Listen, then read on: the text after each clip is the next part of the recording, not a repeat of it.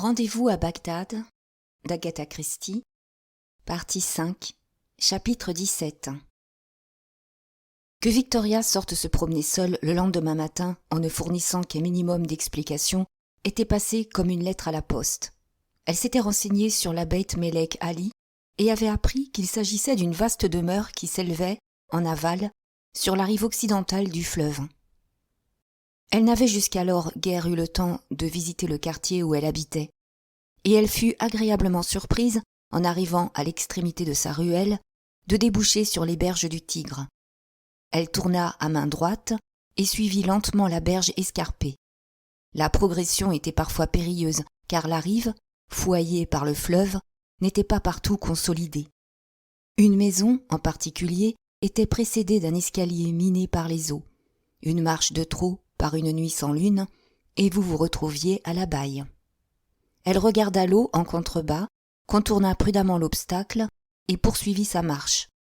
Bientôt, la portion de chemin qui s'étendait devant elle se montra plus large et mieux pavée. Les maisons, à sa droite, respiraient le mystère. Elles se donnaient de faux airs de bâtisse inoccupée. Il arrivait que la porte principale soit ouverte et que, jetant un coup d'œil à l'intérieur, elle soit fascinée par le spectacle offert. C'était chaque fois si différent. Ici, elle apercevait une cour avec une fontaine, des fauteuils et des transatlantiques rembourrés, disposés tout autour, de grands palmiers et, au-delà, un jardin. Et le tout évoquait pour elle la toile de fond d'un théâtre. Là, alors que la façade était à s'y méprendre, elle découvrait une sorte de caravansérail en désordre et un dédale de sombres couloirs où jouaient 5 ou 6 enfants sales et en haillons. Puis elle traversa des palmeraies touffus. À sa gauche, elle dépassa des escaliers aux marches inégales qui descendaient jusqu'au fleuve, où un arabe, assis dans une barque primitive, lui fit des signes pour lui proposer, crut-elle comprendre, de la transporter sur l'autre rive. Elle estima qu'elle devait être à la hauteur de l'hôtel Tillot, mais les bâtiments étaient difficilement reconnaissables depuis cette berge-ci, d'autant que les hôtels se ressemblent toujours plus ou moins. Elle parvint enfin à une route qui, à travers les palmiers, menait à 2 grandes villas ceinturées de balcons, derrière lesquelles s'en élevait une 3e, directement sur la rive du Tigre, avec une balustrade et un jardin. Le chemin de berge se terminait à l'intérieur de cette propriété qui devait être la Beit Melek Ali, la maison du roi Ali. Quelques minutes plus tard, Victoria en avait dépassé l'entrée et abordait un quartier plus sordide. Le fleuve disparaissait derrière une palmeraie protégée par une clôture de barbelés rouillés. À main droite se dressaient des maisons délabrées entourées de murs de briques décrépits et de cabanons, devant lesquels des enfants jouaient dans la poussière. Des nuages de mouches tournoyaient au-dessus des amoncellements d'ordures. Une route descendait vers le fleuve et une voiture était garée là, guimbarde pour le moins archaïque et cabossée. Elle aperçut Edward. « Bravo !» lui cria-t-il. « Vous ne vous êtes pas perdu. Montez !»« Où allons-nous » demanda-t-elle en s'engouffrant avec joie de ce qui tenait lieu d'automobile. Le chauffeur, véritablement paquet de haillons, se retourna pour lui adresser un grand sourire. « Nous allons à Babylone » répondit Edward. « Il est temps de s'offrir un jour de congé. » La voiture démarra dans un affreux soubresaut et cahota follement sur les pavés inégaux. « À Babylone » s'écria Victoria. « Mais c'est merveilleux !»« À Babylone ? Vraiment ?» La voiture tourna à gauche et se lança à vive allure sur une route divinement plane et d'une largeur impressionnante. « Oui, mais ne vous attendez pas à des merveilles. Babylone, si vous voyez ce que je veux dire, n'est plus ce qu'elle était. » Victoria fredonna. « Combien de lieues d'ici à Babylone ? 3 fois 10 moins 1. Aurais-je le temps d'y aller avant que la chandelle s'éteigne ? Oui, grandement, et même d'en revenir. Je chantais ça quand j'étais petite, dit-elle. Cet endroit m'a toujours fascinée. Et voilà que nous y allons. Et nous en serons revenus avant même qu'on allume les chandelles. Encore que, dans ce pays, il ne faille jamais jurer de rien. Cette voiture donne l'impression qu'elle va tomber en miettes d'une seconde à l'autre. Ça va probablement être le cas. Elle ne roule plus que par l'opération du Saint-Esprit. Mais les Irakiens ont l'art de tout réparer avec des bouts de ficelle et des Inch'Allah. Inch'Allah, ça se met vraiment à toutes les sauces, non? Bien sûr, rien de tel que de laisser la responsabilité au Tout-Puissant. La route est effroyable, souffla Victoria entre deux chaos. La trompeuse chaussée, large et plate comme la main, du début n'avait pas tenu ses promesses. Certes, elle était toujours aussi large, mais désormais creusée par des ornières. « Et plus loin, ça va être encore pire !» cria Edward. Il sautait et tanguait à tout va au milieu d'un nuage de poussière.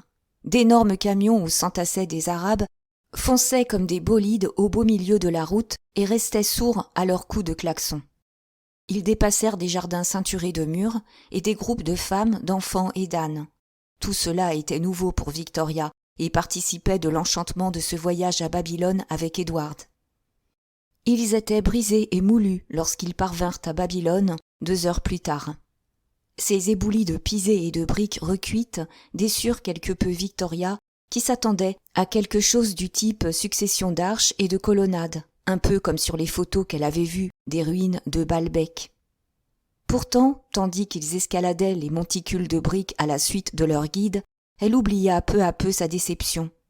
Elle n'écoutait ces laborieuses explications que d'une oreille distraite, mais lorsqu'ils s'engagèrent sur la voie processionnelle conduisant à la porte d'Ishtar et purent admirer les vestiges de frises d'animaux fantastiques sculptés au sommet des murailles, elle mesura soudain la grandeur de ce passé et eut envie d'en connaître davantage sur cette fière cité aujourd'hui abandonnée.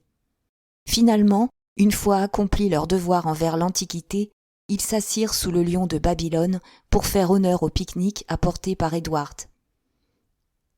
Le guide s'éloigna avec un sourire indulgent, après leur avoir fermement conseillé de visiter le musée.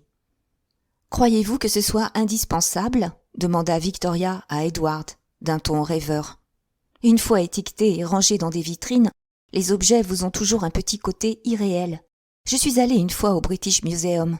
C'était d'un ennui mortel, pour ne rien dire de l'état dans lequel se sont retrouvés mes pieds. »« Le passé est toujours d'un ennui mortel, » répondit Edward. « L'avenir est bien plus important. »« Ici, ce n'est pas ennuyeux, » reprit Victoria en agitant son sandwich en direction des entassements de briques environnants. « On éprouve ici un sentiment de grandeur. C'est quoi ce poème ? Quand tu étais roi à Babylone et que j'étais une esclave chrétienne ? Peut-être qu'il s'agissait de nous après tout, de vous et de moi, je veux dire. Je n'ai pas l'impression qu'il y avait encore des rois à Babylone à l'ère chrétienne, dit Edward. Je crois que la domination de Babylone a cessé autour du 5e ou du 6e siècle avant Jésus-Christ. Il y a toujours un quelconque archéologue de service pour venir donner des conférences sur ces trucs-là. Mais je n'ai jamais réussi à retenir les dates. Avant les Grecs et les Romains, j'entends. Ça vous aurait plu d'être roi de Babylone, Edward ? Il prit une profonde inspiration. Et comment ? Alors disons que vous l'avez été, et que vous en êtes la réincarnation aujourd'hui. À cette époque-là, les rois connaissaient leur boulot, assura Edward. C'est pour ça qu'ils étaient capables de régner sur le monde et de le façonner. Je ne sais pas si j'aurais tellement aimé être une esclave, médita Victoria. Chrétienne ou pas.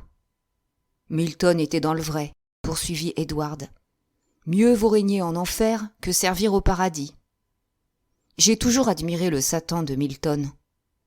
Je n'ai jamais vraiment réussi à me plonger dans Milton, s'excusa Victoria.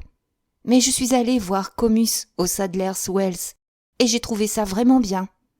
Margot Fontaine dansait comme un ange. Si vous étiez une esclave, Victoria, je vous libérerais, et je vous prendrais dans mon harem. Là-bas, ajouta-t-il, en montrant un tas de briques d'un geste vague. Une lueur passa dans le regard de Victoria. « À propos de harem, » préluda-t-elle. « Comment ça va, Catherine et vous ?» s'empressa de l'interrompre Edward. « Comment saviez-vous que je pensais à Catherine ?»« Eh bien, vous y pensiez, non ? Franchement, Vicky, je tiens beaucoup à ce que vous deveniez bonnes copines, toutes les deux. »« Ne m'appelez pas Vicky. »« D'accord, Charing Cross. Je tiens à ce que vous deveniez amis. » Jusqu'où peut donc aller la fatuité des hommes ? Ils rêvent toujours que leurs petites amies tombent dans les bras l'une de l'autre. Edward, qui s'était allongé sur le dos, les mains sous la nuque, se redressa d'un bond. « Vous m'avez mal compris, Charing Cross.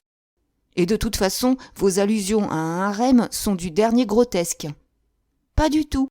La façon dont ces filles vous bombardent de regards énamourés et soupirent après vous, ça me met hors de moi. »« Formidable, » applaudit Edward. « J'adore quand vous êtes en colère. Mais revenons-en à Catherine. La raison pour laquelle j'aimerais que vous soyez toutes deux en bons termes, c'est qu'il n'y a qu'elle, à mon avis, qui puisse nous mettre sur la voie de ce que nous cherchons. Elle sait quelque chose. » « Vous croyez vraiment ? Rappelez-vous ce que je lui ai entendu dire à propos d'Anna Schiller. Ça m'était sorti de la tête. Comment est-ce que ça a marché avec Karl Marx ? Des résultats ? Jusqu'à présent, personne ne s'est encore rué sur moi pour me faire signer ma carte d'adhérent. En fait, Catherine m'a dit hier que le parti ne voudrait jamais de moi, parce que mon éducation politique laisse trop à désirer. Quand je pense que je me suis crevée à lire cette prose assommante. Sérieusement, Edward, ce n'est pas ma tasse de thé. Votre éducation politique laisse à désirer, hein ? Edward éclata de rire. Pauvre Charing Cross. Bah, Catherine peut bien être d'une intelligence, d'une conviction et d'une conscience politique extraordinaire. Mon béguin sera toujours une petite dactylo cockney, même pas fichu d'orthographier correctement les mots de 3 syllabes. Victoria fronça les sourcils. Les paroles d'Edward venaient de lui rappeler son inquiétant entretien avec le professeur Rathbone. Elle le lui raconta, et il lui parut plus alarmé qu'elle ne l'aurait pensé. « C'est grave, Victoria, très grave. Essayez de vous remémorer textuellement ce qu'il vous a dit. » Victoria fit de son mieux pour retrouver les termes employés par Rathbone. « Mais je ne vois pas pourquoi ça vous met dans des états pareils, » ajouta-t-elle. « Quoi ?» Edward eut l'air soudain de redescendre d'un nuage. « Vous ne voyez pas ? Mais ma pauvre chérie, vous ne vous rendez pas compte que cela prouve qu'ils savent à quoi s'en tenir à votre sujet ? Ils vous donnent un avertissement. Je n'aime pas ça, Victoria. Je n'aime pas ça du tout. » Il se tut un instant, puis ajouta gravement. « Les communistes, voyez-vous, ignorent la pitié. Ils ont pour principe de ne reculer devant rien. Je n'ai aucune envie qu'on vous estourbisse et qu'on vous balance dans le Tigre, ma chérie. » Que c'était étrange, songeait Victoria, de se prélasser au milieu des ruines de Babylone et de se demander si, dans un proche avenir, on risquait ou non de vous faire le coup du lapin et de vous envoyer goûter une dernière fois aux eaux du Tigre. Plissant les paupières, elle se dit encore, l'esprit embrumé. « Je vais bientôt me réveiller et découvrir que je suis à Londres, et que je viens de faire un merveilleux rêve mélodramatique sur la Babylone de tous les dangers. » Oui, poursuivit-elle en fermant complètement les yeux. Je suis à Londres, et mon réveil ne va pas tarder à sonner. Et je vais me lever, et je vais aller au bureau chez Mr. Greenholz, et il n'y aura plus jamais d'Edward. Cette dernière pensée lui fit précipitamment rouvrir les yeux en grand pour s'assurer qu'Edward était bien là. Au fait, qu'est-ce que je voulais lui demander, à Bassora, quand on nous a interrompus, et puis que j'ai oublié, et qu'il ne s'agissait pas d'un rêve. La lumière était éblouissante, pas du tout comme à Londres, et les ruines de Babylone miroitaient au soleil sur un fond de palmiers. Et Edward était assis à côté d'elle, lui tournant un peu le dos. Il avait de merveilleux cheveux bouclés qui lui cascadaient sur la nuque, et son cou était également très beau, boucané par le soleil. Sans défaut, tant d'hommes avaient des kystes ou des boutons à l'endroit où leur col frottait, comme Sir Rupert, par exemple, avec ce furoncle naissant. Ses rêveries oubliées, Victoria se redressa soudain en poussant une exclamation étouffée. Elle était au comble de l'excitation à présent. Edward la dévisagea avec surprise. « Qu'est-ce qui vous arrive, Charing Cross ?»« Je viens de me rappeler. Pour Sir Rupert Crofton-Lee. » Tandis que le regard étonné d'Edward quêtait des explications, Victoria essaya de rendre cohérent le fruit de ses élucubrations.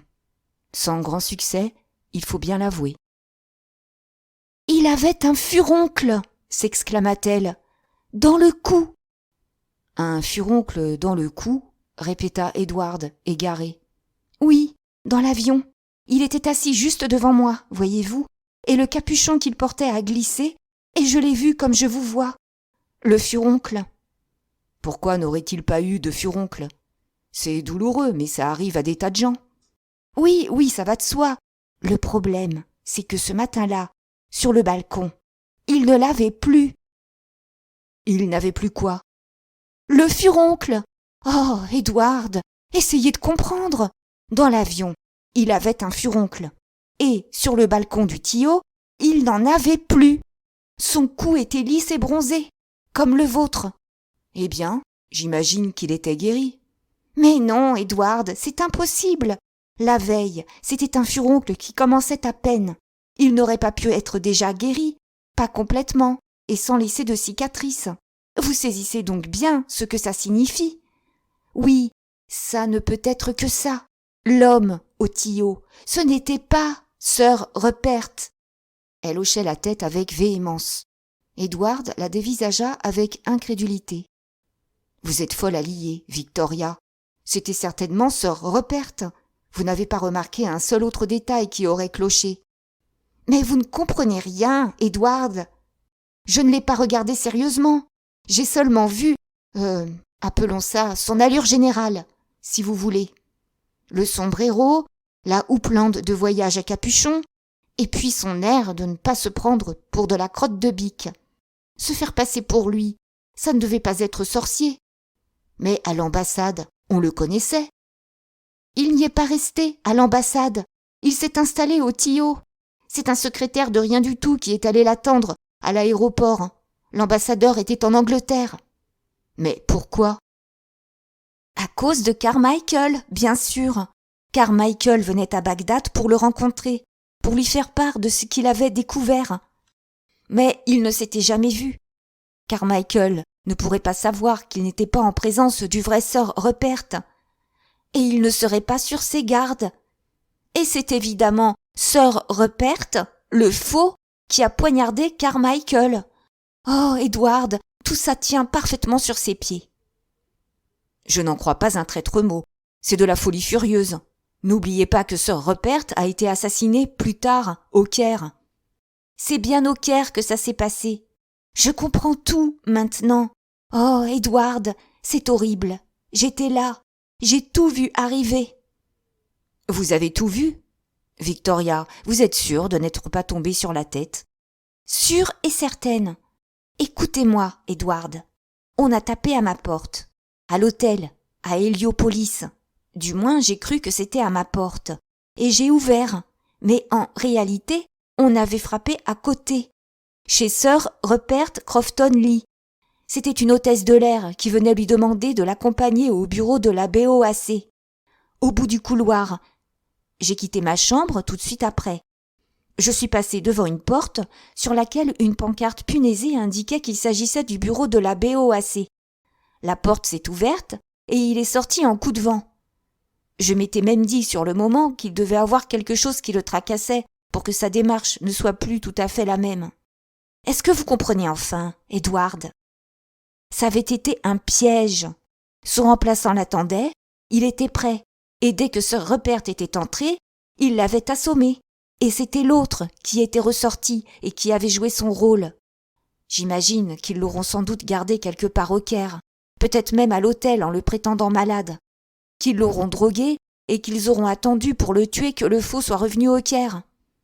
Chapeau pour votre histoire, Victoria, dit Edward. Mais avouez franchement que vous venez de l'inventer. Vous n'avez pas l'ombre d'une preuve. Il y a le furoncle. Au diable ce furoncle. Et puis, il y a encore un ou deux détails. Quels détails? La pancarte de la BOAC sur la porte. Plus tard, elle n'y était plus. Je me souviens de mon étonnement quand j'ai découvert que le bureau de la compagnie se trouvait de l'autre côté du hall. Ça, c'est le premier point. Et ce n'est pas tout. L'hôtesse de l'air, celle qui est venue le chercher, je l'ai revue, ici, à Bagdad. Et qui plus est, au rameau d'olivier. Le premier jour où j'y suis allée. Elle est entrée discuter avec Catherine. Je me suis tout de suite dit que je l'avais déjà vue quelque part. » Après un silence, elle conclut. « Si vous additionnez le tout, vous devez bien admettre que ce n'est pas le fruit de mon imagination. » Ainsi donc, on en revient toujours au rameau d'olivier. « Et à Catherine, » commenta lentement Edward. « Blague à part, Victoria. Il faut vous rapprocher de Catherine. Flattez-la, passez-lui de la pommade, parlez des cocos avec elle. Débrouillez-vous pour devenir suffisamment intime avec elle afin de savoir qui sont ses amis, et où elle va, et qui elle fréquente à l'extérieur du rameau d'olivier. »« Ça ne sera pas facile, » gémit Victoria, « mais j'essaierai. »« Et Dakin, est-ce qu'il faut que je lui raconte tout ça ? » ?»« Évidemment, mais attendez un jour ou deux. Autant en savoir encore un peu plus. » Il soupira. « Je vais me fendre d'une soirée avec Catherine. Je l'emmènerai voir le spectacle du Select. » Victoria ne souffrit pas, cette fois, des affres de la jalousie. Edward s'était exprimé avec une sombre détermination qui excluait toute idée folâtre de la mission qu'il s'était fixée. Stimulée par ces découvertes, Victoria n'eut aucun mal, le lendemain matin, à saluer Catherine avec toutes les démonstrations d'amitié souhaitées. C'était si gentil à elle, lui dit-elle, de lui avoir indiqué un endroit où on lui laverait les cheveux. Elle avait terriblement besoin d'un shampoing, et c'était incontestable, de retour de Babylone, elle paraissait rousse tant le sable s'était collé dans ses cheveux noirs. « C'est vrai qu'ils sont affreux, » renchérit Catherine, en la contemplant avec une satisfaction malveillante. « Vous êtes sortie pendant la tempête de sable, hier après-midi ? » « J'ai loué une voiture, et je suis allée visiter Babylone, » répondit Victoria. « C'était passionnant, mais au retour, la tempête s'est levée, et j'en ai pris plein les poumons, plein les yeux, et plein la tête. »« Babylone est intéressante, » reprit Catherine, « mais vous auriez dû y aller avec quelqu'un qui comprenne cet endroit et soit capable d'en parler sans débiter d'âneries. Pour ce qui est de vos cheveux, je vous emmènerai ce soir chez cette Arménienne. Elle vous fera un shampoing à la crème, c'est l'idéal. » « Ce que je me demande, c'est comment vous faites, vous, pour en avoir d'aussi beaux, » s'extasia Victoria, en considérant, avec ce qui pouvait passer pour de l'admiration, sa longue tignasse où s'en mêlaient des boucles lourdes et grasses. Un sourire passa sur le visage ordinairement revêche de Catherine, et Victoria se dit qu'Edward avait raison pour ce qui était du pouvoir de la flatterie. Lorsqu'elles quittèrent le rameau d'olivier, ce soir-là, les deux jeunes femmes étaient en excellents termes. Catherine se faufila dans un dédale de ruelles et de passages sombres. Elle tapa enfin à une porte anonyme dont rien n'indiquait qu'elle ouvrait sur un salon de coiffure. Elles furent pourtant accueillies par une jeune femme assez laide, mais à l'air compétent, qui parlait un anglais lent mais soigné. Elle conduisit Victoria jusqu'à un lavabo très propre, avec des robinets astiqués, autour desquels étaient rangés des flacons et des lotions. Catherine s'en alla, et Victoria abandonna sa tignasse aux mains expertes de Miss Encoumian. Ses cheveux ne furent bientôt plus qu'une masse de mousse crémeuse. « Maintenant, s'il vous plaît. » Victoria se pencha au-dessus du lavabo. L'eau coula sur ses cheveux et disparut avec un bruit de succion dans le tuyau de vidange. Brusquement, elle fut assaillie par une odeur sucrée, plutôt écœurante, qui lui fit vaguement penser à l'hôpital. Puis un tampon humide vint se coller sur son nez et sa bouche. Elle se débattit, se contorsionna, essaya de se relever, mais une poigne de fer maintenait le tampon en place. Elle suffoqua, sa tête se mit à tourner et un grondement l'assourdit. Et puis ce fut le néant, sombre et sans fond. Chapitre 18. Quand Victoria reprit conscience, elle eut l'impression qu'il s'était écoulé beaucoup de temps. Des souvenirs confus lui revenaient en mémoire. Les chaos d'une voiture, des discussions et des querelles en arabe, des lumières qui l'éblouissaient, un terrible mal au cœur. Elle était étendue sur un lit et quelqu'un soulevait son bras. Une aiguille la piquait. Et puis d'autres rêves incompréhensibles. Et puis encore des ténèbres. Et, par-dessus tout cela, un sentiment d'urgence de plus en plus violent. Maintenant, elle était plus ou moins redevenue elle-même, Victoria Jones, et elle savait qu'il était arrivé quelque chose à Victoria Jones. Il y avait longtemps de cela, des mois, des années, peut-être, ou, après tout, seulement quelques jours. Babylone, soleil, poussière, cheveux, Catherine, bien sûr, qui lui souriait et qui la narguait de ses yeux sournois sous ses longues mèches grasses. Catherine qui l'avait emmenée pour se faire laver les cheveux et puis, que s'était-il passé? Cette abominable odeur, elle la sentait encore, écœurante, du chloroforme, bien sûr. Il l'avait chloroformée et emmenée. Où donc? Avec précaution, elle essaya de s'asseoir. Elle était sur un lit, semblait-il, un lit très dur. Sa tête lui faisait mal et lui tournait, et elle avait envie de dormir, tellement envie de dormir. Cette piqûre, la piqûre d'une seringue hypodermique. Il l'avait droguée. Elle était encore à moitié droguée. Bon, au moins il ne l'avait pas tuée. Pourquoi? C'était déjà ça. Le mieux, se dit-elle, dans son état second, c'était de dormir, ce qu'elle s'empressa de faire. Lorsqu'elle s'éveilla de nouveau, elle se sentait bien plus lucide. Le jour s'était levé et elle discernait plus nettement l'endroit où elle se trouvait. C'était une petite pièce haute de plafond, aux murs badigeonnés de gris bleu et au sol de terre battue. Les seuls meubles étaient de chalis où elle était couchée sous une couverture sale qu'on lui avait jetée et une table branlante où était posée une vieille cuvette émaillée. Par terre, sous la table, elle apercevait un seau en zinc. La fenêtre était fermée par une espèce de treillage de bois fixé de l'extérieur. Victoria se leva avec précaution. Elle se sentait toute drôle et elle avait la migraine. Et s'en approcha. On voyait assez bien à travers. Elle découvrit un jardin avec des palmiers en arrière-plan. Pour le Moyen-Orient, c'était un jardin plutôt joli, mais une banlieusarde anglaise l'aurait considéré avec mépris. Il y poussait des soucis orange vifs, quelques eucalyptus poussiéreux et des tamaris maigrichons. Une fillette, avec de petits tatouages bleus sur le visage et de nombreux bracelets, jouait à la balle en chantonnant une sorte de mélopée d'une voix nasillarde qui faisait songer à une cornemuse. Victoria s'intéressa ensuite à la porte, qui était grande et massive. Elle essaya de l'ouvrir, sans grand espoir. Verrouillée, bien sûr. Alors, elle vint se rasseoir au bord du lit. Où était-elle?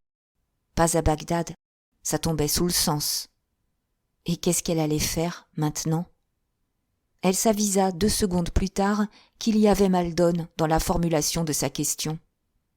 Il eût été plus juste de se demander ce que d'autres allaient lui faire. Avec comme un pincement désagréable au creux de l'estomac, elle se souvint de M. Dakin, l'adjurant de dire tout ce qu'elle savait. Mais peut-être lui avait-il déjà tiré les vers du nez tandis qu'elle était sous l'influence de la drogue. Pourtant, elle en revint avec optimisme à cette constatation. Elle était vivante. Si elle pouvait s'arranger pour le rester jusqu'à ce qu'Edward la retrouve, comment réagirait-il quand il s'apercevrait de sa disparition? Se précipiterait-il voir Mr. Dakin? Préférerait-il régler seul cette affaire? En appellerait-il au diable et à son train pour faire pression sur Catherine et la forcer à dire ce qu'elle savait? Oui, mais la soupçonnerait-il seulement? Plus elle essayait de se rassurer en évoquant un Edward en pleine action, et plus l'image d'Edward pâlissait jusqu'à se changer en une sorte d'abstraction sans visage. Jusqu'à quel point Edward était-il intelligent? Car c'était à cela que les choses se ramenaient. Edward était adorable. Il avait un charme fou. Mais avait-il pour dessous de cervelle? Parce que, dans la fâcheuse situation où elle se trouvait, c'était à l'évidence de cervelle que l'on aurait besoin. Mr. Dakin, lui, ne souffrait d'aucun handicap en ce domaine. Mais aurait-il suffisamment de cœur au ventre? Ou bien se contenterait-il de rayer son nom du grand livre de sa mémoire et d'inscrire, en regard, un beau requiescat in pace. Après tout, elle n'était pour lui qu'un agent parmi tant d'autres, des agents qui prenaient des risques, et tant pis pour eux si leur chance tournait. Non, elle ne voyait pas Mr. Dakin organiser les secours, d'autant qu'après tout, il l'avait prévenu. Le docteur Rathbone, lui aussi, l'avait prévenu. L'avait-il averti ou menacé? Et comme elle avait refusé de céder à la menace, on n'avait pas tardé à mettre celle-ci à exécution. « Mais je suis toujours vivante », se répéta-t-elle, décidée à ne considérer que le côté positif de la situation. Des pas s'approchèrent au dehors, puis une clé grinça dans la serrure rouillée. La porte trembla sur ses gonds et s'ouvrit, livrant passage à un arabe porteur de nourriture sur un vieux plateau en fer blanc. Il semblait de bonne humeur, sourit jusqu'aux oreilles, se fendit de quelques phrases incompréhensibles en arabe, finit par poser le plateau sur la table en désignant du doigt sa bouche ouverte pour lui faire comprendre qu'elle devait manger, et s'en alla en refermant la porte à clé derrière lui. Victoria s'approcha du plateau avec intérêt. Elle y découvrit un grand bol de riz, quelque chose qui ressemblait à des feuilles de chou roulées et une grosse galette de pain arabe. Il y avait aussi une cruche d'eau et un verre. Elle commença par boire un verre d'eau, puis elle se jeta sur le riz, le pain et le chou, farcis d'une viande hachée d'un goût assez particulier. Lorsqu'elle eut dévoré tout ce qu'il y avait sur le plateau, elle se sentit mieux. Elle essaya alors de réfléchir sérieusement. On l'avait chloroformée et enlevée. Il y avait de ça combien de temps? Elle n'en avait pas la moindre idée. À considérer les souvenirs embrumés qui lui restaient de ces périodes de sommeil ou d'éveil, elle estima qu'il devait y avoir plusieurs jours. On l'avait kidnappée et emmenée de Bagdad, mais en ce cas, où pouvait-elle bien avoir atterri? Là encore, elle n'avait aucun moyen de le savoir. Et comme elle ne parlait pas l'arabe, elle n'avait même pas la ressource de poser la question à son geôlier.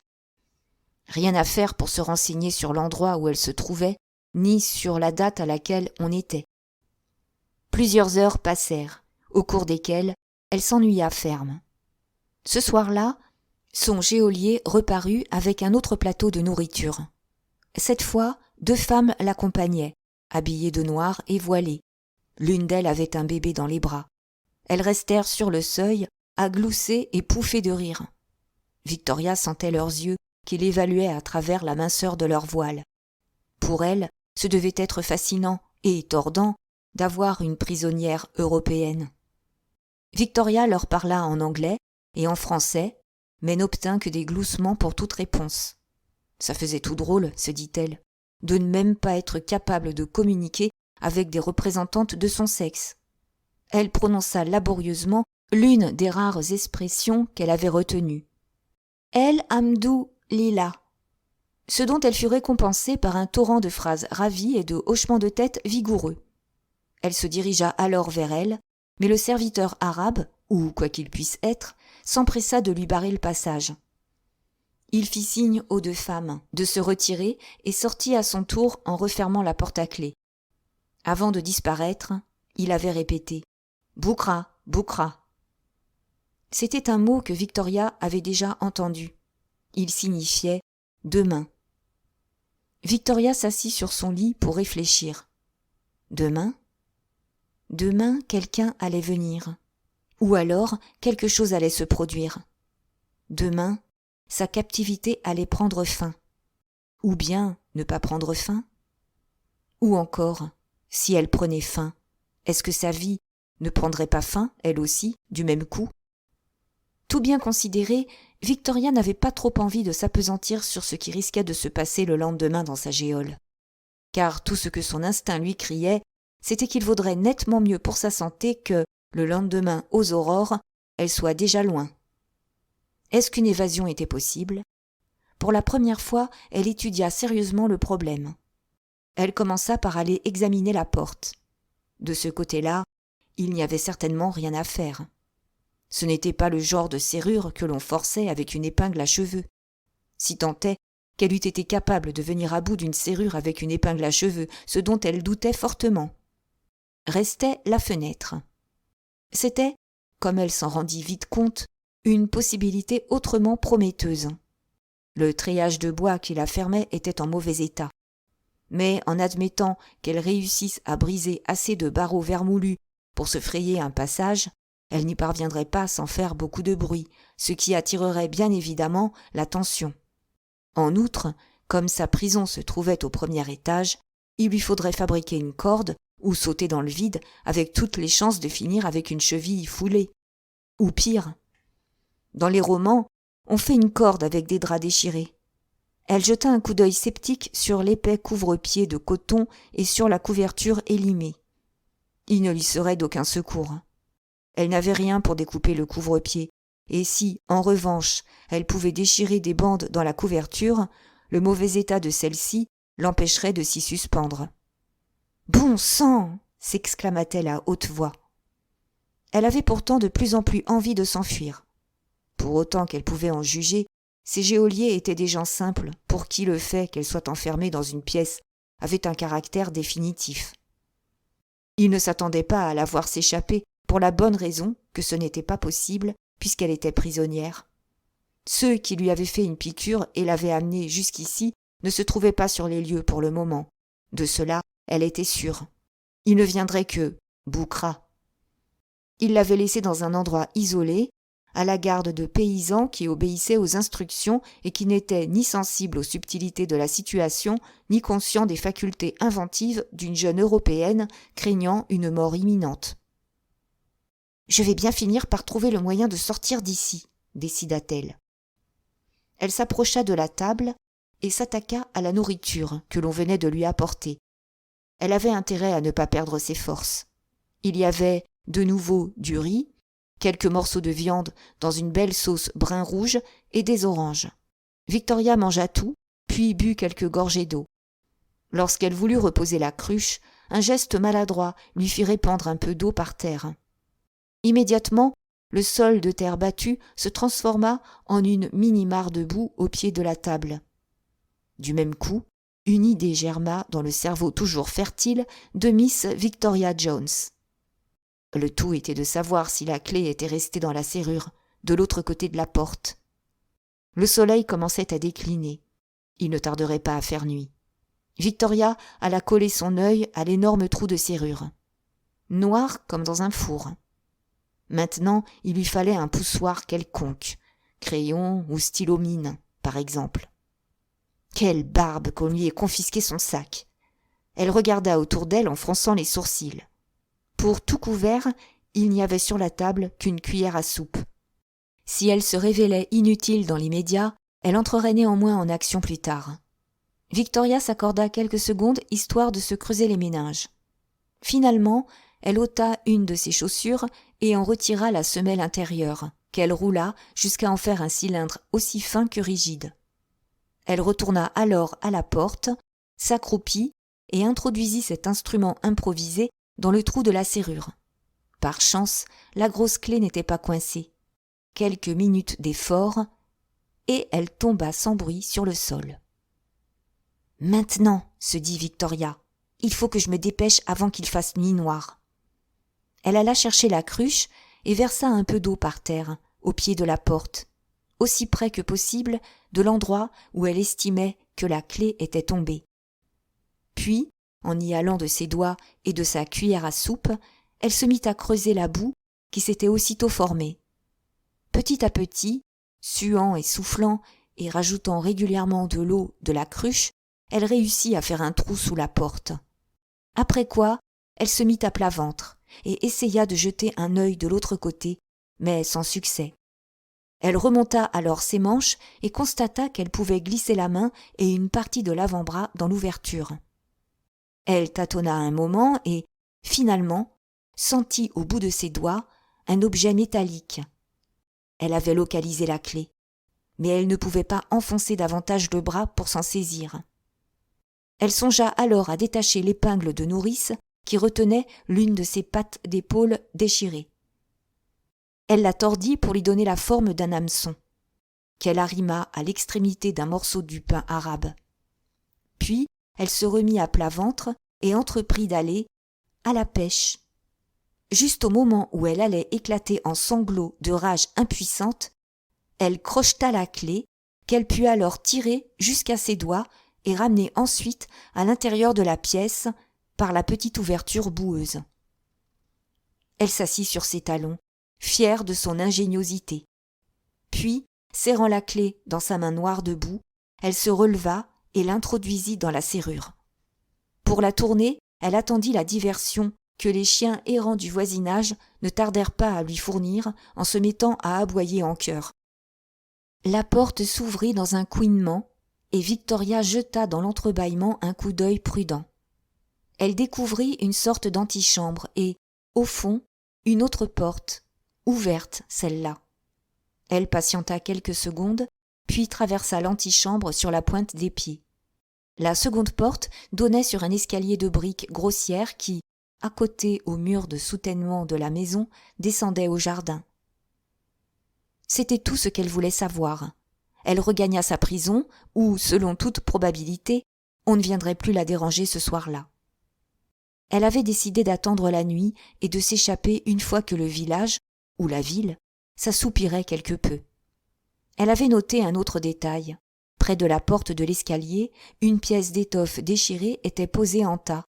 Elle se dit que ce devait être une vieille abat qui lui serait bien utile pour dissimuler ses vêtements européens. Combien de temps patienta-t-elle ? Elle n'en savait rien. Des heures interminables, lui sembla-t-il. Puis vint enfin le moment où cessèrent de bruire les activités humaines. Les beuglements d'un phonographe où passaient des chansons arabes se turent. Les voix rauques et les grattements de gorge s'arrêtèrent, ainsi que les rires aigus des femmes et les pleurs des enfants. Finalement, elle n'entendit plus que des hurlements lointains. Des chacals, pensa-t-elle, et les aboiements des chiens qui, elle le savait, continueraient toute la nuit. C'est le moment ou jamais, se dit-elle en se levant. Elle décida de verrouiller la porte derrière elle et de laisser la clé dans la serrure. Puis, elle traversa à tâtons la pièce voisine, ramassa au passage la vieille abat et déboucha en haut de l'escalier de briques. La lune était levée, mais encore un peu voilée. Victoria y voyait cependant assez pour trouver son chemin. Elle descendit sans bruit l'escalier et s'arrêta avant les dernières marches. Là où elle était, elle se trouvait au niveau du mur de torchis qui ceinturait le jardin. Si elle descendait jusqu'en bas, elle devrait longer la maison, où elle entendait quelqu'un ronfler dans une chambre du rez-de-chaussée. Elle décida qu'il serait plus sûr de suivre le faîte du mur, assez large pour lui permettre d'y marcher. Elle progressa rapidement, bien qu'au prix de 1001 difficultés, jusqu'à l'endroit où le mur tournait à angle droit. De là, elle aperçut ce qui semblait être une palmeraie et découvrit qu'à quelques mètres, le mur était en partie éboulé. Sautant et se laissant alternativement glisser, elle parvint à se couler au dehors par cette brèche, et, quelques instants plus tard, elle se frayait un chemin à travers la palmeraie en direction d'une autre anfractuosité dans la clôture d'en face. L'ayant à son tour franchie, elle se retrouva entre deux parois de briques, dans une ruelle étroite où pouvait passer un âne, mais pas une voiture. Elle prit alors ses jambes à son cou et se mit à courir droit devant elle. Les chiens commencèrent à aboyer. 2 d'entre eux, au pelage fauve, sortirent d'une maison et vinrent lui montrer les dents. Elle ramassa une poignée de gravier et la leur lança. Ils s'enfuirent en jappant.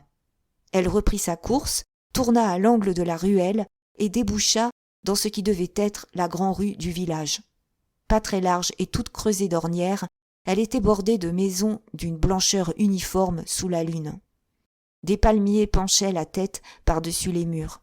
Des chiens grondaient. Victoria prit une profonde inspiration et s'élança. Les chiens hurlaient maintenant à la mort, mais aucun villageois ne s'intéressa à cet éventuel maraudeur nocturne. Elle arriva bientôt dans une large zone découverte où un pont en dos d'âne enjambait une rivière boueuse. Au-delà, la route, ou la piste, filait vers ce qui semblait être un espace infini. Victoria continua à courir jusqu'à en perdre haleine. Le village fut bientôt loin derrière elle. Maintenant, la lune était haute dans le ciel. Que Victoria regarda à droite ou qu'elle se tourna à gauche, elle ne discernait qu'un paysage aride et caillouteux, sans le moindre champ cultivé et sans la moindre habitation à l'horizon. Si ce désert, à première vue, paraissait plat, il était en réalité en légère déclivité. Il n'y avait, à perte de vue, aucun point de repère, et Victoria n'avait pas la moindre idée de l'endroit où menait ce chemin. Et elle ne connaissait pas suffisamment les étoiles pour savoir vers quel point cardinal elle avançait. Il y avait quelque chose de terrifiant dans ce vaste espace sans vie. Mais il n'était pas question pour elle de revenir sur ses pas. Elle devait continuer, droit devant elle. Elle s'arrêta un moment pour reprendre sa respiration et s'assurer, en regardant par-dessus son épaule, que sa fuite n'avait pas encore été découverte. Puis elle se remit en route et s'enfonça d'un pas régulier dans l'inconnu. L'aube, finalement, la trouva épuisée, les pieds douloureux, au bord de la crise de nerfs. À la lumière du jour naissant, elle comprit qu'elle se dirigeait à peu près vers le sud-ouest. Mais comme elle ne savait pas où elle se trouvait, cette information ne lui fut guère utile. Au bord de la route, devant elle, s'élevait une espèce de monticule vers lequel elle se dirigea. Ses flancs étaient assez escarpés, mais elle parvint à les gravir. Du sommet, elle jeta un coup d'œil à la région qui l'entourait, et elle sentit la panique revenir. Car partout où elle tournait le regard, il n'y avait que cailloux et poussière. Dans la lumière de l'aurore, le paysage était magnifique. Le sol et l'horizon miroitaient de couleurs pastel, abricot, crème et rose, où se jouaient les ombres. Oui, c'était superbe et effrayant à la fois. « Je sais, maintenant, songea-t-elle, ce qu'être seule au monde veut dire. » On distinguait ici et là quelques épineux et des plaques d'herbes rabougries. Outre cela, il n'y avait aucune végétation, aucun signe de vie, à part Miss Victoria Jones elle-même. Elle ne voyait plus non plus le village qu'elle avait fui. La piste par laquelle elle était arrivée s'étendait derrière elle dans l'immensité d'un désert.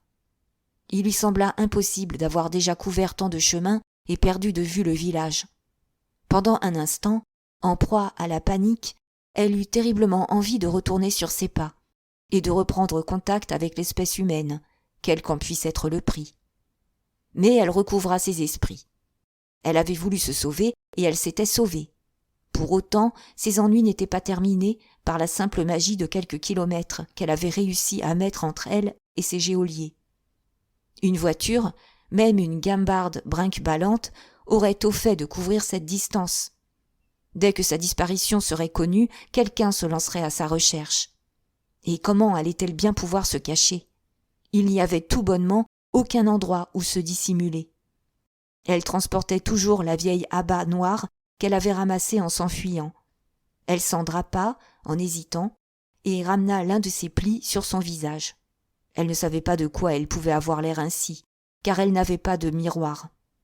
Mais si elle ôtait ses chaussures et ses bas d'européenne, et qu'elle poursuivait son chemin, elle ne se ferait peut-être pas remarquer. Une femme arabe vertueusement voilée, même en haillons, bénéficiait d'une totale immunité, elle le savait. Pour rien au monde, un homme ne lui aurait manqué de respect en lui adressant la parole. Mais ce déguisement tromperait-il aussi des Européens lancés à sa poursuite?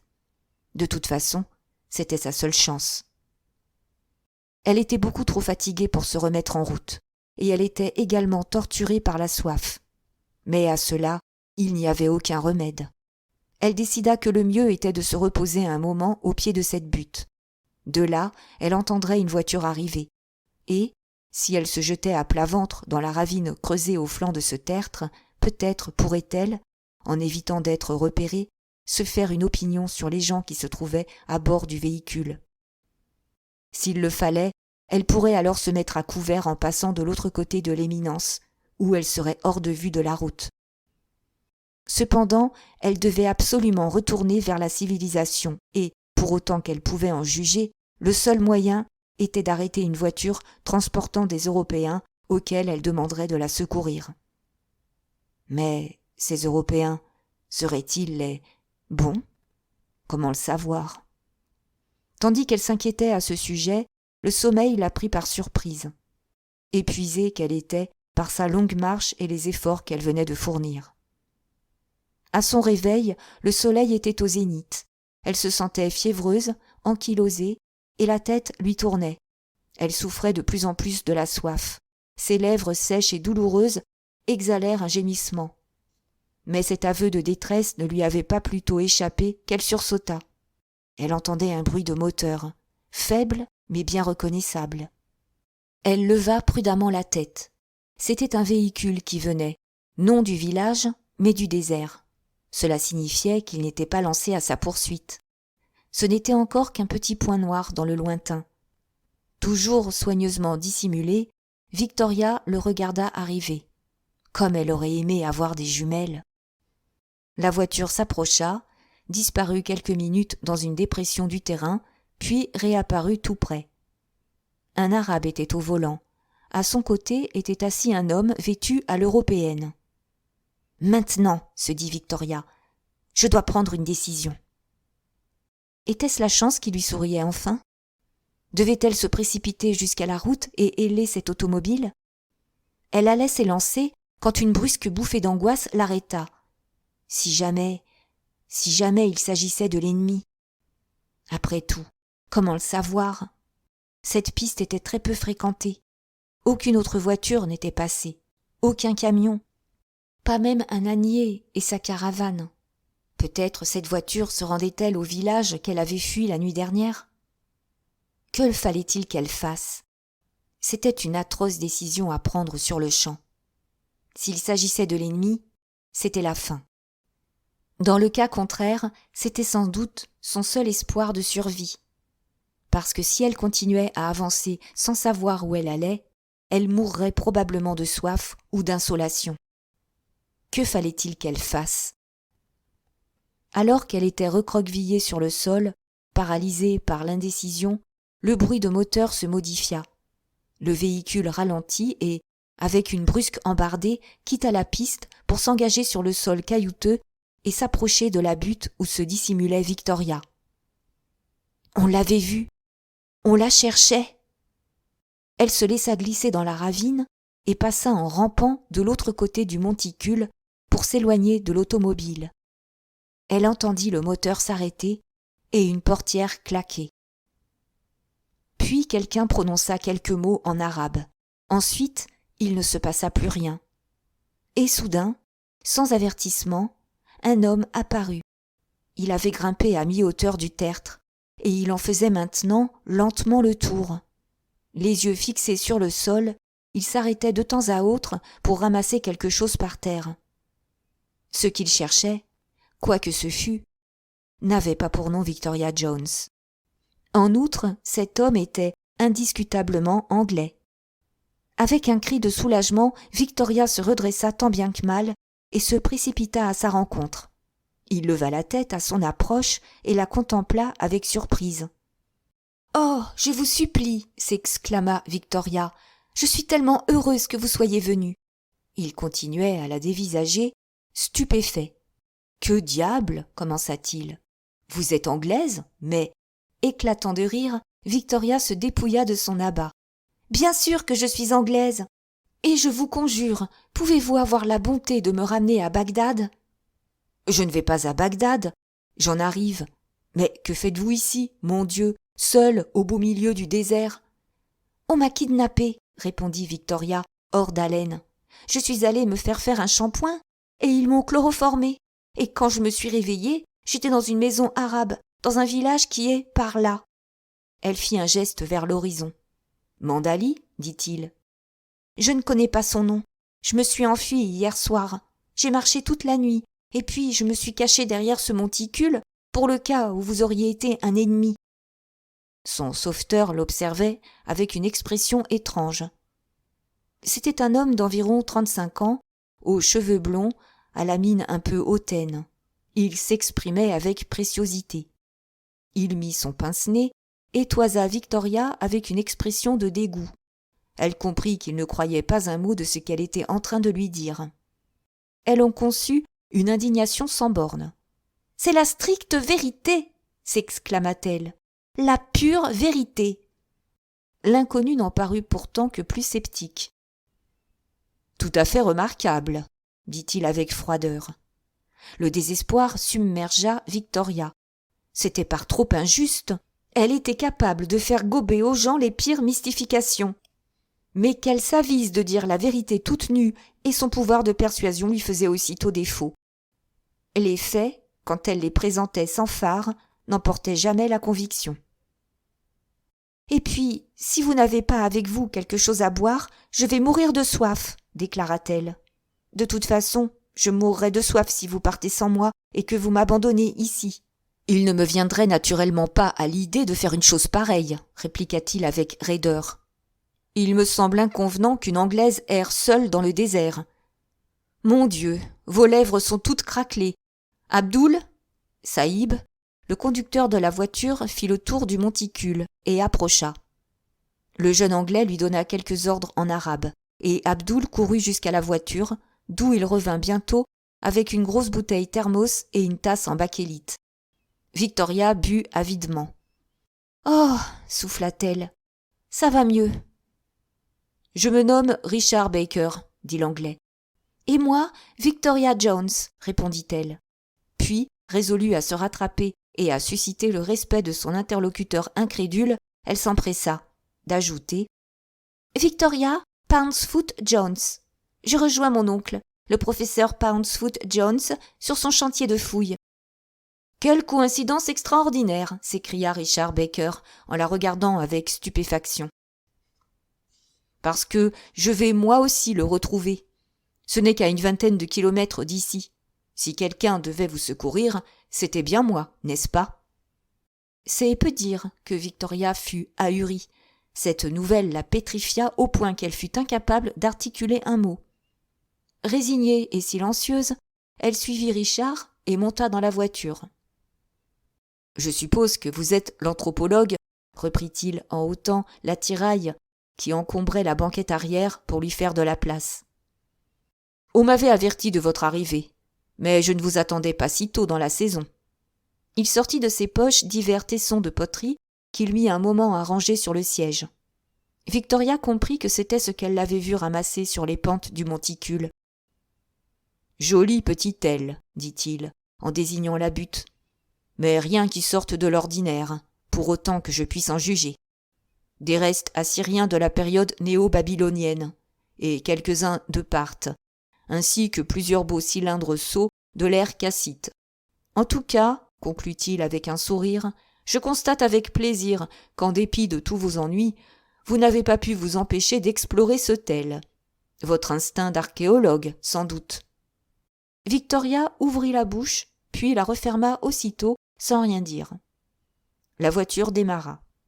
Qu'aurait-elle bien pu répondre, de toute façon? Évidemment, elle serait démasquée dès leur arrivée au camp de base de l'expédition. Mais ce serait infiniment mieux de l'être là-bas et d'essayer à ce moment-là de se faire pardonner ses mensonges plutôt que de se confesser au beau milieu du désert à ce Mr. Richard Baker. Au pire, il la renverrait à Bagdad. Et de toute façon, pensa-t-elle, plus optimiste que jamais, peut-être que d'ici là, j'inventerai quelque chose. Son imagination fertile se mit au travail sur le champ. Un trou de mémoire? Elle avait voyagé avec une fille qui lui avait demandé de... Non, vraiment. Elle allait être obligée de passer aux aveux. Mais elle préférait infiniment les faire au professeur Poundsfoot Jones, même si elle ne le connaissait pas, plutôt qu'à ce Richard Baker, qui haussait les sourcils avec un tel air de dédain et qui ne croyait pas un mot du récit, pourtant véridique, qu'elle lui avait fait. « Nous ne passerons pas par Mandali, » lui expliqua Richard Baker en se retournant. « Nous devons quitter la piste à 2 kilomètres d'ici, à peu près, pour nous enfoncer dans le désert. C'est parfois difficile de retrouver l'endroit exact quand on n'a pas de point de repère précis. » Un moment plus tard, il lança quelques mots à Abdoul, et la voiture abandonna brusquement la route. Sans rien pour le guider, pour autant que pouvait en juger Victoria, Richard Baker dirigeait Abdoul par geste, en se penchant, selon le cas, à droite ou bien à gauche. Il ne tarda pas à pousser un soupir de satisfaction. « Nous sommes enfin dans la bonne direction. » Victoria ne voyait aucun chemin. Au bout d'un moment, elle distingua pourtant des traces de pneus presque effacées. Un peu plus tard, ils croisèrent une piste plus nette. Richard laissa échapper une exclamation et ordonna à Abdoul de s'arrêter.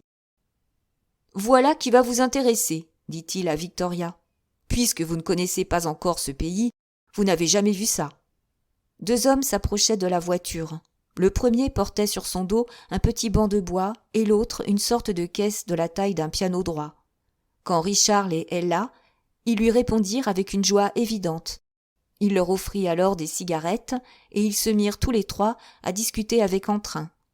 Puis Richard se tourna vers Victoria. « Vous aimez le cinéma ? Alors permettez-moi de vous offrir une séance. » Il dit quelques mots aux deux Arabes qui sourirent de plus belle. Ils posèrent le banc et firent signe à Victoria et à Richard de s'y asseoir. Puis, sur une espèce de socle, ils installèrent leur appareil arrondi, percé de deux petits trous. Victoria s'écria. « Ça me rappelle les machines qu'on trouve sur les jetées, en Angleterre. On met 3 sous dans la fente et on y voit les surprises du valet de chambre ou le déshabillé de la Parisienne. »« C'est exactement ça, » répondit Richard. « C'est une forme primitive de ces machines-là. » Victoria appliqua les yeux sur les trous protégés par une vitre et l'un des Arabes se mit à tourner lentement une manivelle tandis que l'autre entonnait une sorte de litanie. « Qu'est-ce qu'il raconte ?» demanda Victoria. Richard le lui traduisit en simultané. « Approchez, approchez, et préparez-vous à beaucoup d'émerveillement et de ravissement. Préparez-vous à contempler les prodiges de l'Antiquité. » Une image grossièrement coloriée de noir, en train de moissonner le blé, passa devant les yeux de Victoria. « Les paysans en Amérique, » annonça Richard, qui continuait à traduire. « Et maintenant, voilà l'épouse du grand chat du monde occidental. » C'était l'impératrice Eugénie, qui minaudait en se tripotant les cheveux. Vinrent ensuite le palais royal du Monténégro et l'exposition universelle. Une hallucinante collection d'images hétéroclites passa ainsi devant les yeux de Victoria. La description de certaines d'entre elles avait parfois de quoi laisser pantois. Le prince consort d'Israélie, les fjords norvégiens et des patineurs helvétiques complétèrent ce curieux panorama des actualités d'antan. Le commentateur arabe conclut son spectacle par ces mots. « Et ainsi, nous vous avons amené les merveilles de l'Antiquité de pays lointains. Puisse votre générosité être digne du spectacle incomparable auquel vous venez d'assister, car toutes ces splendeurs sont authentiques. » C'était terminé. Victoria était ravie. « Extraordinaire !» s'exclama-t-elle. « Je n'aurais jamais cru cela possible. » Les propriétaires du cinéma ambulant souriaient avec fierté. Victoria se leva d'un bond et Richard, qui était assis à l'autre bout du banc, tomba par terre après un vol plané qui manquait vraiment de dignité. Victoria se confondit en excuses, mais l'incident ne lui avait pas déplu. Richard récompensa les deux Arabes, et tout le monde se sépara en échangeant des adieux courtois, des souhaits de bonne santé et les bénédictions de leurs dieux respectifs. Richard et Victoria remontèrent dans leur voiture, tandis que les hommes reprenaient leur marche dans le désert. « Où vont-ils » demanda Victoria. « Ils voyagent à travers tout le pays. La première fois que je les ai rencontrés, c'était en Transjordanie. Ils venaient de la mer Morte et se rendaient à Amman. Aujourd'hui, ils se rendent à Karbala par des pistes peu fréquentées, afin de visiter les villages les plus reculés.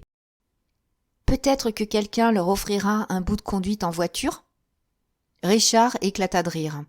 Il refuserait probablement de monter.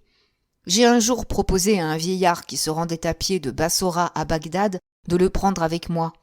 Je lui ai demandé quand il pensait arriver à destination, et il m'a répondu qu'il lui fallait compter 2 mois.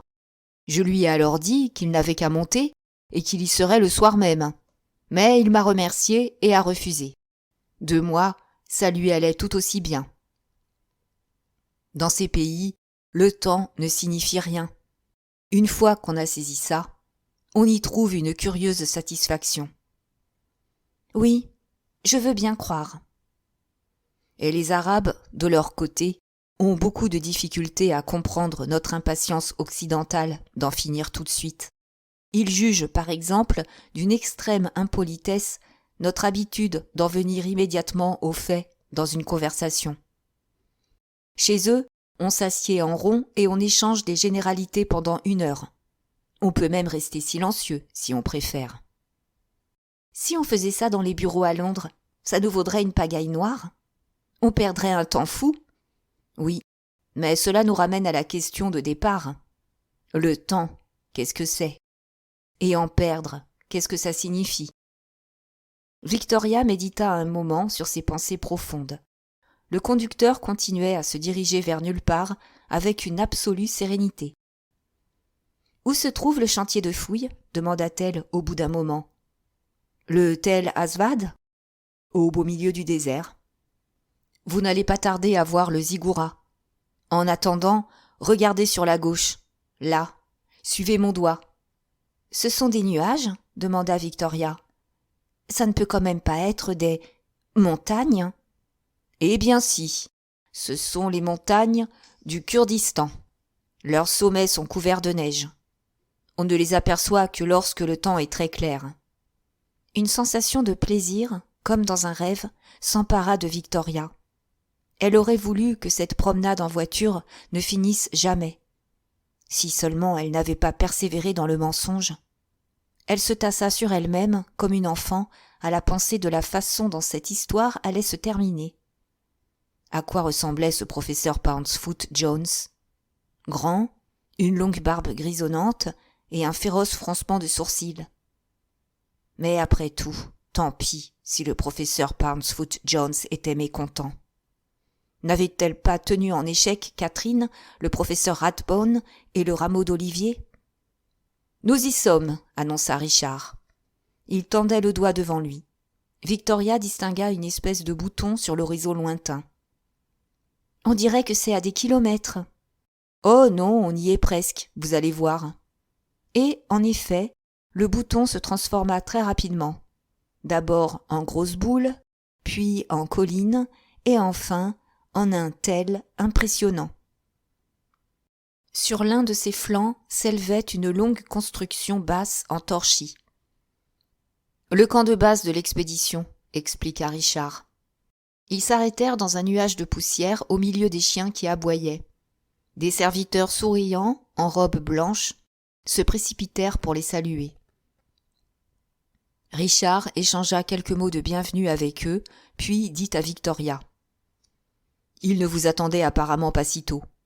Mais ils vont faire votre lit et vous préparer un bain. J'imagine que vous avez envie de vous laver et de vous reposer un peu. Le professeur Poundsfoot Jones est sur l'autel. Je vais le retrouver. Ibrahim s'occupera de vous. » Il s'éloigna et Victoria emboîta le pas à Ibrahim qui souriait toujours. Il faisait sombre à l'intérieur après le grand soleil du désert. Ils traversèrent une vaste pièce meublée de grandes tables et de quelques fauteuils fatigués, puis ils suivirent une galerie qui contournait une petite cour et arrivèrent dans une chambre dotée d'une fenêtre minuscule. Il y avait un lit, une commode rustique, une chaise et une table où étaient posées une cuvette et un pot à eau. Ibrahim hocha la tête et lui apporta un grand seau d'eau chaude, quelque peu limoneuse, et une serviette de grosse toile. Puis, avec une mimique d'excuse, il revint avec un petit miroir qu'il accrocha à un clou planté dans le mur. Victoria était ravie de faire enfin un brin de toilette. Elle mesurait tout à coup à quel point elle était fourbue et crasseuse. « Je dois être laide à faire peur, » dit-elle à voix haute en se penchant vers le miroir. Pendant un instant, elle contempla son reflet sans comprendre. Ce n'était pas elle. Ce n'était pas Victoria Jones. Et puis, elle reconnut son visage, à ceci près que ses cheveux étaient maintenant blond platine.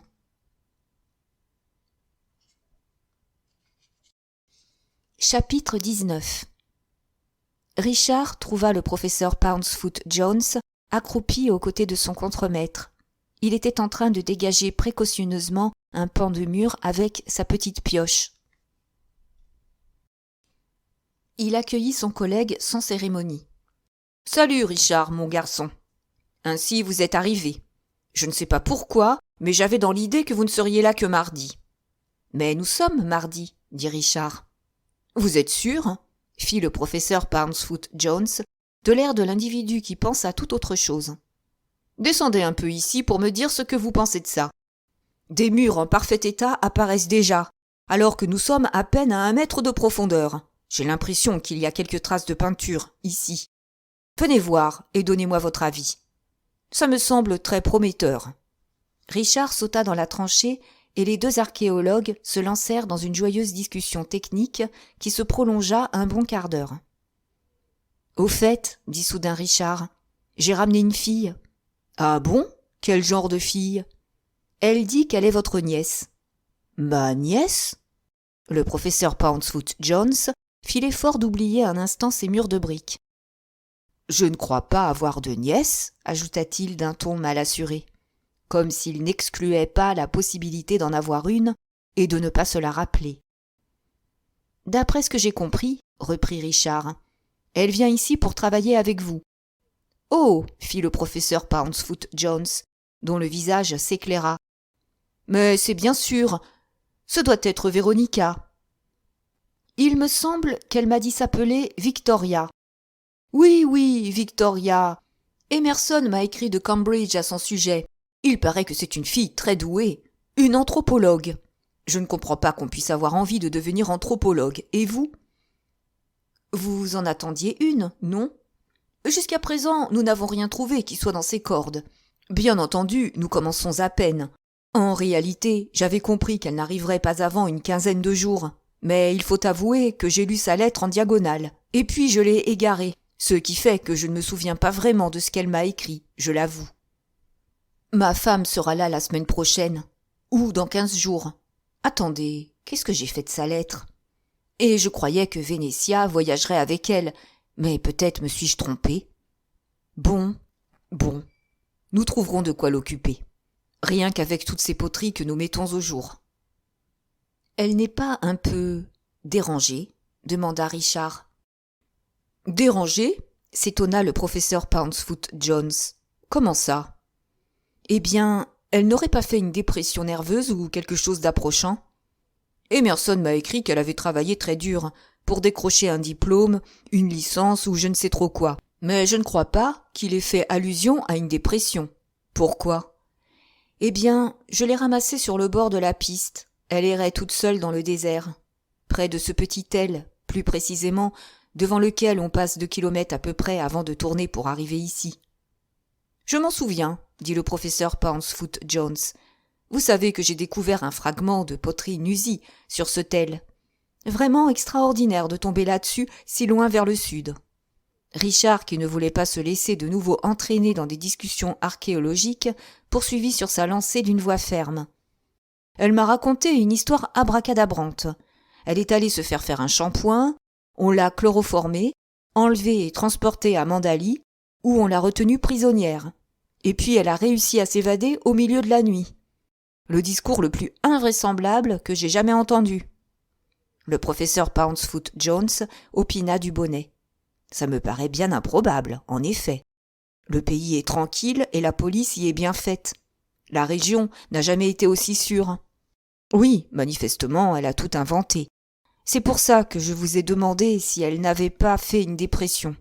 Il s'agit peut-être d'une de ces hystériques qui sont persuadées que leur vicaire est amoureux d'elles ou que leur médecin en veut à leur vertu. Elle risque de nous créer des tas d'ennuis.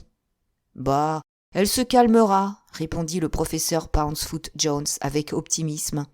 Où est-elle en ce moment ? Elle fait un brin de toilette et se donne un coup de brosse. Elle n'avait pas le moindre bagage avec elle. Vraiment ? C'est très ennuyeux, ça. Vous croyez qu'elle se figure que je vais lui prêter mes pyjamas ? Je n'en ai que 2, et il y en a un qui est sérieusement déchiré. Il faudra qu'elle se débrouille jusqu'à l'arrivée du camion, la semaine prochaine. Je me demande ce qu'elle serait devenue, perdue toute seule en plein désert. Les filles d'aujourd'hui sont étonnantes, commenta distraitement le professeur Pouncefoot Jones. Elles n'ont pas leur pareil pour vous compliquer l'existence. Rien de tel que de les avoir dans les jambes pour vous empêcher de vous concentrer. Vous pourriez croire cet endroit suffisamment loin de tout pour n'avoir pas à redouter les visites. Mais vous n'imagineriez jamais la ribambelle de gens et de voitures qui y déboulent quand même au moment où vous les attendez le moins. Sapristi, les hommes ont cessé le travail. Il doit être l'heure de déjeuner. Retournons au bâtiment. Victoria, qui attendait cette rencontre avec une certaine inquiétude, trouva le professeur Pouncefoot Jones très différent de ce qu'elle avait imaginé. C'était un petit homme rondelet, à moitié chauve, et les yeux pétillants de malice. À la stupeur de la jeune fille, il vint vers elle, main tendue. « Eh bien, Vénétia, je veux dire Victoria. Ça, pour une surprise. Je m'étais mis dans l'idée que tu n'arrivais que le mois prochain. Mais je suis ravie de te voir. Ravie. Comment va Emerson ? Son asthme ne le tourmente pas trop, j'espère. » Retrouvant plus ou moins ses esprits, Victoria répondit prudemment que l'asthme d'Emerson n'empirait pas. « Il se couvre trop la gorge, » reprit le professeur Pouncefoot Jones. « Grave erreur. Je le lui ai toujours dit. Tous ces intellectuels qui traînent dans leur université se préoccupent beaucoup trop de leur petite personne. Ne pas penser à sa santé, c'est le meilleur moyen de rester en forme. Bon, j'espère que tu as trouvé de quoi t'installer. Ma femme sera ici la semaine prochaine, ou la suivante. Elle a été mal fichue, tu sais. Il faut vraiment que je remette la main sur sa lettre. Richard me dit qu'on a égaré tes bagages. Comment vas-tu t'arranger ? Il ne m'est guère possible de faire venir le camion avant une 8aine de jours. Je pourrais me débrouiller jusque-là. Il faudra bien. Le professeur Pouncefoot Jones eut un petit rire. Richard et moi, nous n'avons pas grand-chose à te prêter. Pour la brosse à dents, ça ira.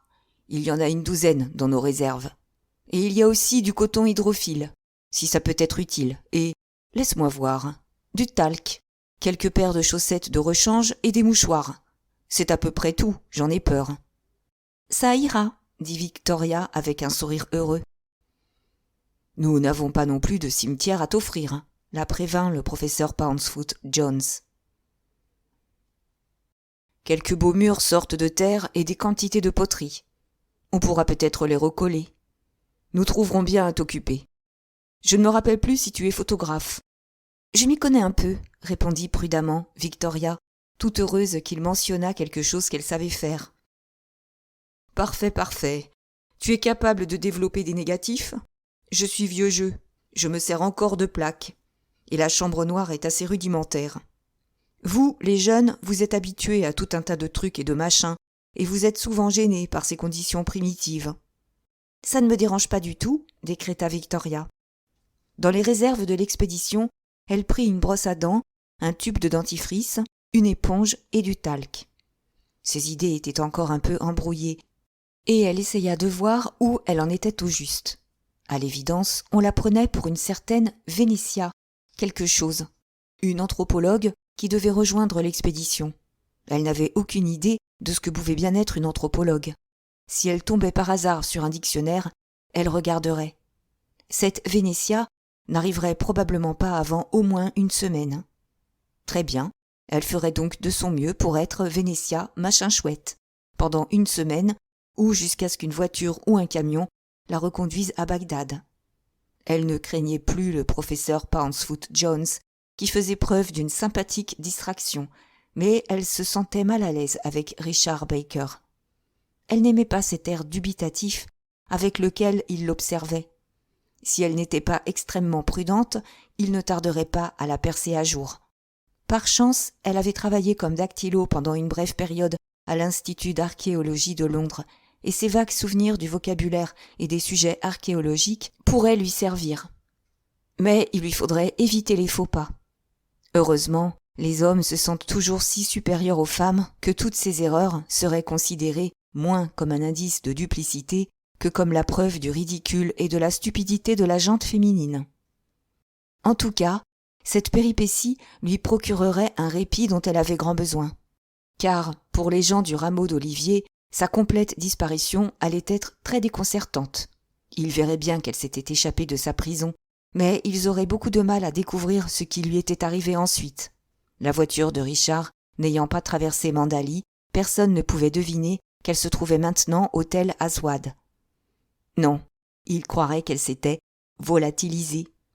Ils pouvaient en conclure, ils devaient en conclure, qu'elle était morte, qu'elle s'était perdue dans le désert et avait succombé à l'épuisement. Après tout, autant le leur laisser croire. Hélas, Édouard se dirait la même chose. Eh bien, qu'Édouard encaisse le coup et porte son deuil. De toute façon, il n'aurait pas à le porter longtemps. Sitôt que le remords de lui avoir demandé de cultiver l'amitié de Catherine commencerait à le torturer, elle réapparaîtrait, rendue à son affection, revenue à lui d'entre les morts, à cette petite différence près qu'elle serait blonde et non plus brune. Cela la ramenait une fois encore à ce mystère. Pourquoi ces gens-là, quels qu'ils fussent, lui avaient-ils décoloré les cheveux? Il devait bien y avoir une raison, mais du diable si elle voyait laquelle. En tout cas, lorsqu'il repousserait et qu'on les verrait noirs à la racine, elle aurait une drôle de tête, une fausse blonde platinée, sans poudre ni rouge à lèvres. Ce serait vraiment le bouquet, un truc à ne plus savoir où se mettre.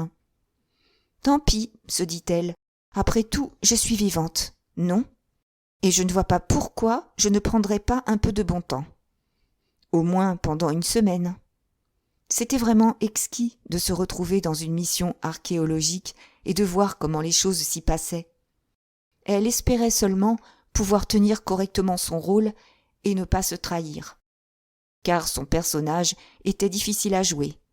Elle devait faire preuve de la plus extrême prudence en ce qui concernait les références aux spécialistes, aux publications, aux styles d'architecture et aux catégories de poterie. Heureusement, on apprécie toujours quelqu'un qui sait écouter. Victoria se montra donc auditrice attentive auprès des deux hommes et, petit à petit, mine de rien, se mit sans trop de peine à adopter leur jargon. Chaque fois qu'il lui arrivait de se trouver seule, elle se plongeait subrepticement dans la lecture. La bibliothèque du camp renfermait bon nombre de publications archéologiques qu'elle dévorait les unes après les autres. Elle ne tarda ainsi pas à acquérir un certain vernis sur la question. Étrangement, sa nouvelle vie l'enchantait. Son thé lui était apporté très tôt le matin, puis elle se rendait sur le chantier de fouilles. Elle aidait Richard à prendre des photos. Elle classait des fragments de poterie et les recollait. Elle regardait les hommes travailler, appréciait l'adresse et la précision de leurs coups de pioche, ainsi que les chansons et les éclats de rire des garçonnets qui transportaient les paniers de terre. Elle apprenait les différentes époques historiques, reconnaissait les divers niveaux des fouilles, se familiarisait avec les travaux des campagnes précédentes. Sa seule crainte était que l'on mît au jour les fameuses tombes. Car aucune de ces lectures ne lui avait donné la moindre idée du travail que l'on attendait d'une anthropologue. Si on découvre des ossements ou une tombe, se disait-elle, il faudra que j'aie un refroidissement. Non, une grave crise de foie, et que je reste au lit. Mais aucun cimetière n'apparut. C'étaient les murailles d'un palais qui, peu à peu, sortaient de terre. Fascinée, Victoria n'eut même pas besoin de faire preuve d'une aptitude particulière. Parfois, Richard Baker la considérait encore d'un air perplexe, et elle sentait alors sa désapprobation silencieuse. Mais, la plupart du temps, ses manières étaient agréables et amicales, et il était sincèrement amusé par son enthousiasme. « C'est nouveau, tout ça, pour vous qui arrivez d'Angleterre, » lui dit-il un jour. « Je me souviens combien j'étais aux Anges, moi aussi, pour ma première saison de fouilles. »« C'était il y a longtemps ?» Il sourit. « Plutôt, oui. 15 ans, non, 16. Vous devez très bien connaître ce pays ? Oh, j'ai travaillé aussi en Syrie et en Perse. Vous parlez bien arabe, n'est-ce pas ? Si vous portiez le costume local, vous pourriez passer pour un arabe ? Il secoua la tête. Oh non, ça n'est pas aussi facile. Je ne pense pas qu'un seul Anglais ait jamais été capable de passer pour un arabe. Pendant un certain temps, veux-je dire. Et Lawrence ? Lawrence non plus, je ne crois pas. Non, le seul homme qui puisse vraiment se fondre parmi les indigènes, c'est un garçon que j'ai connu personnellement et qui est né dans ces régions. Son père a été consul à Kashgar et dans d'autres coins aussi perdus. Il a appris toutes sortes de dialectes dans son enfance et je pense qu'il ne les a pas oubliés en grandissant. Qu'est-il devenu ? Je l'ai perdu de vue au sortir du collège où nous avions fait nos études ensemble. On l'avait surnommé le fakir parce qu'il pouvait rester assis, parfaitement immobile et entrer dans une espèce de transe. Je ne sais pas ce qu'il fait maintenant, encore que je m'en doute un peu. Comment ça ? Parce que, curieusement, je suis tombée sur lui, l'autre jour, à Bassora. Une histoire plutôt bizarre. Bizarre ? Oui, je ne l'ai d'abord pas reconnu. Il était habillé comme un arabe, avec un kéfi, une abba rayée et une vieille veste militaire. Il avait un de ces chapelets d'ambre que les Arabes ont parfois, et il égrenait les perles dans ses doigts, suivant la tradition. Sauf que, voyez-vous, il le faisait en utilisant un message codé de l'armée, du morse, et qui m'était destiné. Qu'est-ce qu'il disait ? Il a dit mon nom, ou plutôt mon surnom, et le sien. Puis il m'a demandé de me tenir prêt parce qu'il y allait avoir un coup fourré. Et il y a eu un coup fourré ? Oui. Au moment où il s'est dirigé vers la porte, un voyageur de commerce, un type qui avait l'air calme et discret, a sorti un revolver. Je l'ai frappé au bras, et Carmichael a pu filer. Carmichael ? Au ton qu'elle avait employé, il tourna brusquement la tête. C'était son vrai nom. Pourquoi ? Vous savez qui c'est ? Victoria songea à quel point cela paraîtrait étrange qu'elle réponde « Oui, parce qu'il est mort dans mon lit. » « Oui, dit-elle doucement. Je le connaissais. » « Vous le connaissiez ? Est-ce que ça signifie qu'il… » Victoria hocha la tête. « Oui, il est mort. » « Quand ça ? » ?»« À Bagdad, à l'hôtel Tio. » « L'affaire a été étouffée, » s'empressa-t-elle d'ajouter. « Personne n'est au courant. » Il secoua lentement la tête. « Je vois. C'était donc ça. Mais vous, fit-il en la dévisageant, vous, comment se fait-il que vous le sachiez ? Parce que j'ai été mêlé à l'affaire. Par hasard. Il la regarda longuement d'un air songeur. Au collège, lui demanda brusquement Victoria. Votre surnom, ce n'était pas Lucifer ? Il parut surpris. Lucifer ? Non. On m'appelait le hibou, parce que je portais déjà des lunettes aux verres épais. Vous ne voyez personne qu'on aurait surnommé Lucifer, à Bassora ? Richard secoua la tête. Lucifer, le fils de l'aurore, l'ange déchu. C'est aussi le nom d'une ancienne allumette chimique.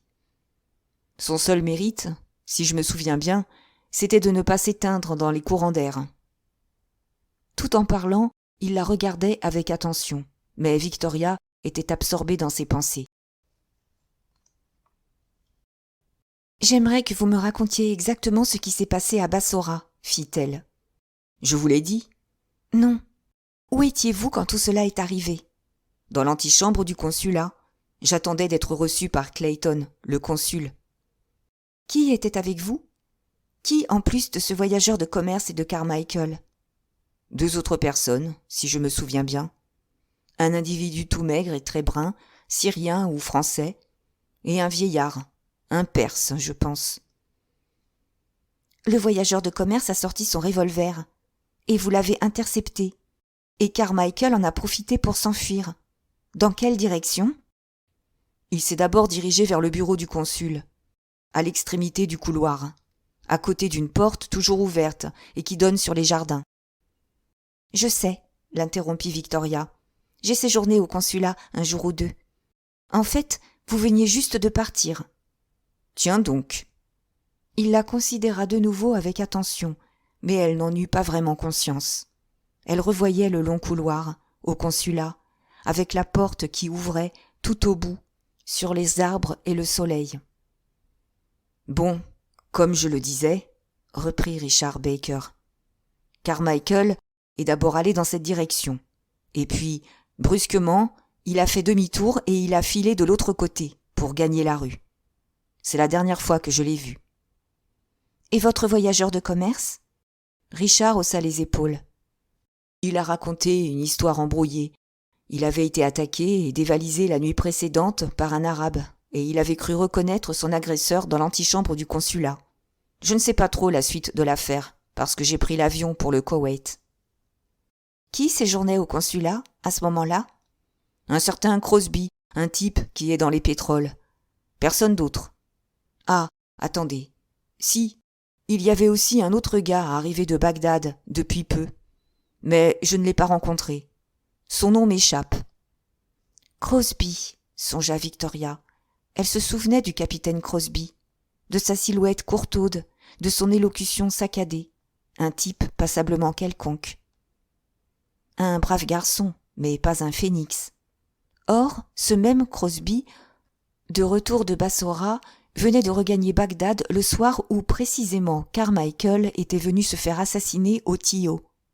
Ne serait-ce pas parce qu'il aurait vu la silhouette de Crosby se découper dans le flot de lumière, à l'autre bout du passage, que Carmichael avait brusquement fait demi-tour pour gagner la rue au lieu d'essayer d'atteindre le bureau du consul Clayton? Absorbée dans ses pensées, Victoria sursauta avec un petit air coupable lorsqu'elle découvrit, en levant les yeux, que Richard Baker l'observait. « Pourquoi voulez-vous savoir tout ça ?» lui demanda-t-il. « Simple curiosité. »« Vous avez d'autres questions ?»« Connaîtriez-vous quelqu'un qui s'appellerait Lefarge ?»« Non, ça ne me dit rien. Il s'agit d'un homme ou d'une femme ?»« Aucune idée. » Elle repensa au capitaine Crosby. Crosby, Lucifer. Crosby et Lucifer ne faisaient-ils qu'un? Ce soir-là, quand Victoria eut souhaité le bonsoir aux deux hommes et fut allée se coucher, Richard Baker demanda au professeur Pansfoot Jones: « Serait-il possible de jeter un œil sur cette lettre que vous a envoyée Emerson? J'aimerais savoir ce qu'il dit de cette fille. »« Bien sûr, mon cher, bien sûr. Elle traîne quelque part par là. J'ai pris quelques notes au verso, je m'en souviens. Il parle de Véronica en termes fort élogieux, si je me rappelle bien. Il dit qu'elle est extrêmement douée. Et c'est vrai qu'elle me paraît charmante, tout à fait charmante. C'est très courageux, la façon dont elle n'a pas fait d'histoire quand elle a perdu ses bagages. La plupart des filles auraient insisté pour être ramenées à Bagdad le lendemain afin de se procurer d'autres affaires. C'est ce que j'appelle une gamine qui ne manque pas de cran. Au fait, comment a-t-elle pu égarer ses valises? Elle a été chloroformée, kidnappée et retenue prisonnière dans une maison indigène, dit Richard, impassible. Mon Dieu! Oui, vous m'aviez dit ça. Je m'en souviens maintenant. Cette histoire est bien tirée par les cheveux. Ça me rappelle... Attendez, qu'est-ce que ça me rappelle, déjà? Ah oui, Elizabeth Collins, bien sûr. Elle avait disparu 15 jours et, quand on l'a retrouvée, elle a raconté une histoire impossible, bourrée de très remarquables déclarations contradictoires, à propos d'une bande de bohémiens, si c'est bien l'affaire à laquelle je pense. Or, la pauvre fille était si laide qu'il est difficile de supposer qu'il ait pu s'agir d'une escapade amoureuse. Quant à Victoria, Véronica, veux-je dire, elle est jolie comme un cœur. Il y a certainement un galant là-dessous. Elle serait bien mieux si elle ne se décolorait pas, grinça Richard. Elle se décolore? Tiens, je ne vous savais pas si fin connaisseur en ce domaine. Pour la lettre d'Emerson, monsieur. C'est vrai, mon Dieu, si seulement j'arrivais à me souvenir de l'endroit où j'ai bien pu la mettre. Mais regardez où vous voulez, fouillez un peu partout.